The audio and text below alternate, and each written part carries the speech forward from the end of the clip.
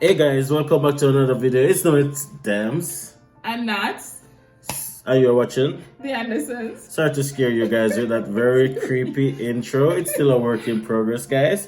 Now I want to say, before you even know what this video is about, guys, please go ahead and hit that like button because we only do premium content over here, right? Leave a like, leave a comment, and if you haven't subscribed already, guys, please go ahead and subscribe. If you're a returning subscriber, thank you guys so much. We really appreciate you guys. Now, before we get into what today's video is about, we just want to say what, babes? A big thank you to all our subscribers. Thank you guys for getting us to 100 subscribers. To 1,000 subscribers. 1,000 subscribers. No. All right, let me do this part. Let me do this part. Let me do this part. Thank you guys so much for getting us to 1,000 subscribers. This has been a pretty long journey for us. This is a channel that we start to provide guidance for persons who want to know about like the Canadian experience, day-to-day lifestyle, what it is all about, and also to motivate, inspire, and guide somebody in their process, right? Now, in order to celebrate reaching 1,000 subscribers, we have decided to give away two things. Now, guys, we know it's not much, but we hope that these two things will be very impactful on somebody's life. And what we have decided to give away is one, for anybody who's applying to come to Canada as a visitor, a student, a worker, any temporary capacity, we have decided to give away $100 Canadian dollars towards your application process, right? So if you're applying to come to Canada as a student, you're applying to come as a temporary worker or as a visitor, then we'll give you a lucky subscriber. And of course, you have to subscribe to the channel, right?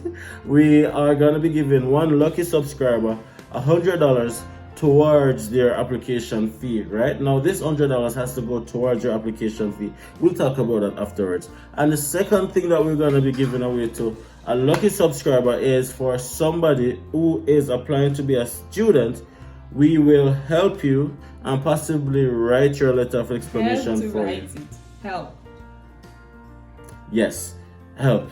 As that's just said. That part of it. Help. Sorry. Yes, we'll help you to write your letter of explanation based on our knowledge of what is required in your letter of explanation, what should and shouldn't be in your letter of explanation, and yeah, that's something that we're very excited about because like a lot of persons have been reaching out to us for help.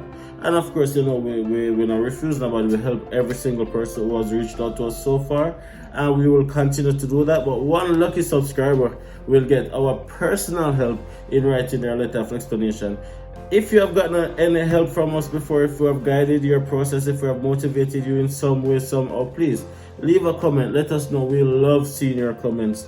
Your comments motivate us to go on because this is something that we love doing. Because we believe that we have been given an opportunity, right? And we just want to spread the love, share the love, and help somebody. Yes. That's it. And that's why we never want to talk, you know, because when we start talking. Anyways, guys, here we go. Welcome back, guys. So in today's video, what we'll be talking about is some common mistakes that international students and migrants make when they come to Canada, especially for persons who are traveling for the first time and don't really understand what the Canadian culture is really like, right? Now, first mistake is understanding that you can only work for 20 hours as an international student. A lot of persons think that, okay, they can come and beat the system. Trust me, don't do it. Don't do it. It can have serious implication on your status here in Canada. So if it's 20 hours for the week, work the 20 hours. Don't try to cheat the system at all.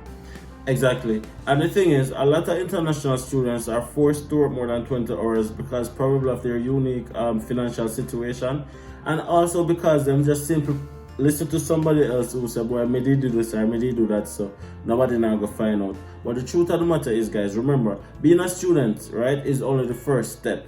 Right? Being a student is only the first step to becoming a permanent resident, to becoming a citizen, right? And working more than 20 hours, guys, can just stop you straight in your track. So please be vigilant when it is that you are gonna be working more than 20 hours. Now, when school is not in session, guys, you can work as long as you want. You can work all 100 hours if you can do it. But while school is in session, guys, you can only work for 20 hours, and that's a fact. Okay? The second mistake, guys, that a lot of international students and also migrants, temporary residents, especially do make is not remembering that they're a temporary resident. When you're a student or a temporary worker, you're up on chalk line.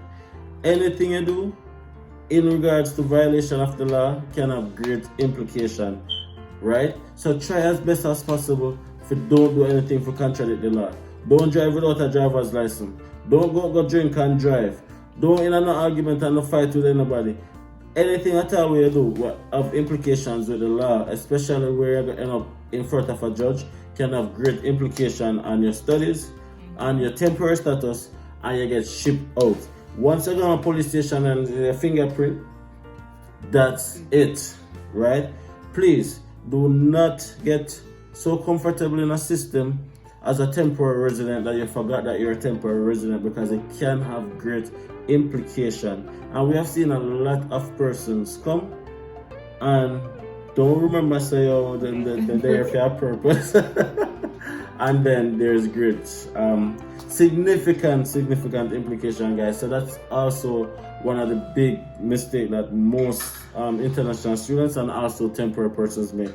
The other thing is that as a student, some persons come and feel so comfortable that they don't make their grades and even get kicked out of school, not remembering that they're temporary. They're just here to study and to get good grades to move on to the next process. Some persons are up to this point right now that we know, just going to school, failing all their courses, and they're basically on chalk line ready to get kicked out of the country.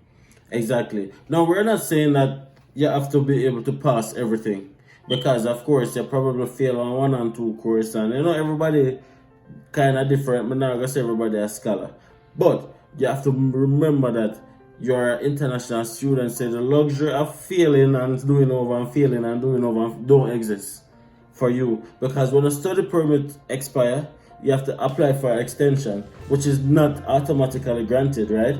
That's a privilege that is offered upon discretion, right? So failing is probably the worst way to go about it, because you can get kicked out of the country, right? Your status might expire, them not extend your permit, you're gonna make your yard, and we don't want that. So we are saying that as well. When you come as a student, guys, please be focused on studying. Don't get distracted with whatever else is happening around you. Focus on studying, and then know that this is a temporary investment into your future. And then as soon as you're done studying, you can everything you want to do. Enjoy as much as everything else you want to do. Right? Now, guys, this other mistake is, I'm gonna speak mostly to the men watching this video, right? Because this other common mistake is directly in line are related to you guys. Now, of course, you don't know, so I come from Jamaica, and in Jamaica we have a culture of looking woman, right? So if a woman pass on the road and says, princess, mommy, mommy, baby, and all of the other wonderful adjectives that we'll use to describe the female species. No, don't ever try that. That's called sexual harassment. Don't try and touch anybody. Don't try and touch anybody. Don't feel like so because you're somebody in a class. Don't feel like so because you and somebody share a few words. Don't feel like so because you don't crack a few joke together. You have a right to touch. Not even the person hand. Don't do it. Listen to me very carefully. Don't do it. Do not do it. It's a totally different society. It's a totally different culture. The culture that we're used to, where a man say a woman and then feature a woman that don't exist. You know how people here test up on Tinder and POF and other dating apps. That's how they do it here. I'm not gonna say that you can't like tell a woman that she's gorgeous and she's beautiful, but you have to understand that you have to be like extremely careful of the words you choose, the eye contact, every single thing, guys, because I'm telling you, it has great implication as well. So the next thing is that you can't comment on how persons look. So if you see someone with a big belly, you can't ask. Why you feel big belly? If you see a person with a big stomach, my belly is my one big too. You can't even ask them if they are pregnant. That's the culture that we are in. So you're coming from Jamaican culture or environment, you have to be careful what you say to persons, especially in the workplace. In the workplace, guys, it is considered abuse for if you even say, boy, you look so fat. You look like you put on weight, so you cannot say that. You cannot comment on somebody's weight. You cannot comment on somebody's religion. You cannot comment on somebody's, even if your teeth not like you brush from man. And you can't say, boy, you can't brush your teeth. Everything, you have to be very careful because discrimination is a big thing. In the workplace, discrimination and abuse is a big thing. So that is something that you have to be prepared for as well. And a lot of new migrants make that mistake by not understanding that this is a different society. And where we are from, we're accustomed to people just not business. People say, oh, look at big and fat and going like that, and it doesn't matter. But in this society, guys, it is a different society and you cannot say certain things. Of course, you can have conversations with your co-workers by, keep it friendly, but you cannot. You absolutely cannot. So you look like you lose weight, or you look like you gain weight, or you get so fat, you're pregnant. Yeah, you can't ask something, you're pregnant. No. You can potentially lose a job for that. Yeah. Okay, another mistake, guys, that this one is directly for international students, right, who are here with their families. Another mistake that international students who are here with their family don't or make frequently, or they don't consider, is the fact that when the student is finished with school, in order to extend your spouse open work permit, guys, you have to get approved for your postgraduate work permit first. And then also you have to be employed under the NAC classification A, B, or O. That's it. You have to have a job in one of those classifications, A, B, or O. If you don't have a job in one of those classifications, then you're not going to be able to apply for your spouse's open work permit extension. A lot of persons don't know this. A lot of persons think that, okay, then as soon as I'm finished with school, I can get my postgrad work permit and then I can extend from apply for my family. And these are one of the most common mistakes. And a lot of persons, when they reach that bridge, they end up having to go back to them country and then apply for visitor visa and look at work and then oppression, all of them stuff there. The student, as soon as you graduate, you apply for your postgraduate work permit. You have to wait until it is approved. And then you apply for your family, but you have to be employed in a NAC classification A, B, or O.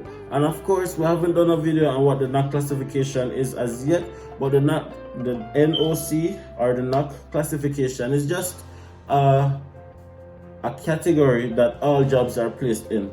All jobs are placed in this category, and then it's grouped as in regards to the skill level. So it's skill level A, skill level B, skill level O, or skill level D, right? So in order to apply for a family, it has to be A, B, or O.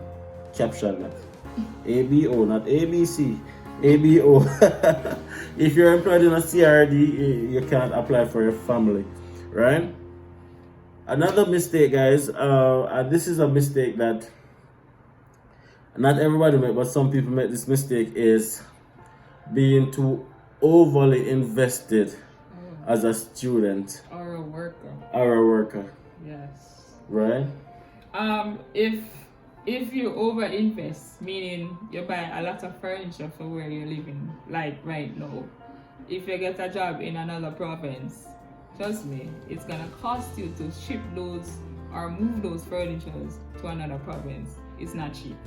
So in other words, you chop off your foot, you limit yourself right there, so right? So you have to try to sell off your stuff them and start over back and all of them things, which is not necessarily the easiest thing to do either. So what we would suggest, guys, is start light. Just start light. If you're a student, just go on with the basic. You don't need to overextend yourself, because you don't know what opportunity might present itself after you're done studying. And you can work full-time and you're in your family. You don't want to restrict yourself to the first place where you land in Canada. Canada is big. Why would you come to a country like this and restrict yourself to say, okay, Grand Prairie or Toronto? It is big. Go Very out big. there, venture out. Right. And job opportunities are out there. So go. Don't overextend yourself by having a house full of furniture where you're gonna wonder, oh, you're gonna do this or oh, you're gonna do that and thing. So we always say, guys, just do the basic. Just do the basic. Remember, you're a temporary resident. You can't get kicked out of the country anytime. You don't want to overextend yourself. Don't overinvest. That's what we'd say. And a lot of international students that we have met have done this, and then we have seen where they have ended up regret doing it, because like when an opportunity comes up, they are so vested in where they are that they have to turn it down. They can't move and all of these things. Bear in mind, guys, that this is just our opinion. This is our experience that we're sharing with you guys. Both what we have experienced and what we have seen other persons experience. We have no immigration connection. We have never worked in immigration. We're not an immigration consultant. We're not an immigration advisor. All our content is based on personal experience, so take it with a grain of salt, as them say. You use it or you left it. It's up to you. But this is what worked for us, and this is what we know work for others, right? So we'd highly recommend that you guys actually listen to what we're saying, but don't go take it like say we're immigration consultant. You do what you want to do. Everybody's journey is different. You need to put that up. Right? So if it is that you know somebody here who have a house full of furniture, don't say what John Brown have a house full of that are for them business. Journey is different. Right? That's their prerogative. They must know. But don't plan to stay in Grand Prairie forever. Exactly. So we're not gonna if you guys have watched our furniture our apartment tour, you see that there's not much thing here. Because we know that we're not going to stay here forever. We're full of space. Exactly. You understand? So we can get up and go like that. Not going to spend much money to move nothing or anything like that. Exactly. The thing is, as not just say, guys, Canada is very big, and all you need to do is just learn. Learn and do the right things, guys, and then I can promise you guys that there's going to be like endless opportunities. There's endless opportunities. The province of Alberta alone is probably like 5 times bigger than Jamaica, and that's just one province. So Canada is very big, right? So don't like over invest in where you are at. You land right here, so you got school right here, so yes, you get to meet little people right here, so you get to meet friends and you know all of them, you build a little connection, but don't limit the opportunities. Don't limit the potential. You don't know what else, you don't know where else this world can bring you in terms of in Canada, right? Be open. When I finish school and you apply for your postgraduate permit, assuming really hope so you guys watching this video consider doing a 2-year program that gives you guys a 3-year work permit, which gives you guys the comfort, the leverage, the opportunity to relax, build good networks, work and build up your status comfortably, rather than doing a 1-year program and then if you rush to get a PGWP, I rush to get a job in an ABRO, and then if you rush to the express entry and all of them stuff. A lot of persons it work for, a lot of persons it don't work for. I've been doing a 2-year program, getting a 3-year postgraduate permit, guys. You have 1 foot in the door already. You have 1 foot in the door already, guys. Consider doing a 2-year program. Consider doing a 2-year program, guys. That is our advice to you. If you want to do a 1-year program, though, he's preaching again. It's not preaching. This is called passion. This is called passion, guys. The thing is, you have to be passionate about what you do. I am very passionate about the information that I'm giving you, right? Because I'm telling you guys, I did a 2-year program, right? And I can tell you that I know persons who did a 1-year program, and whilst you can look at it and say, okay, then if you do a 1-year program, then you can become PR faster. But the pressure, guys, I'm telling you guys, the pressure that you guys are gonna come under. Anyways, it's up to you. We're not doing no one. We pretty much tell you guys what we think. Some win, some lose. That's just how it is. Guys, go ahead, guys. Check out our baby registry. The link is right down below. Of course, you can see not soon drop. Yeah, soon drop. Can't wait. She is now in her 7th month. That's it. Yeah. She's now in her 8th. Now in her I don't know. I 7.5. 7.5. Something like that. She's now 7.5 going 8 weeks, 8 months pregnant. So any day now, guys, probably another month or so, guys, you know, we're gonna bring up on the hospital journey and showing you guys what that is all about. But in the interim, guys, go and check out our baby registry down below. You know, give us a strength. If you guys like the content, don't hesitate to like the video. Share the video as well. Don't keep it to yourself.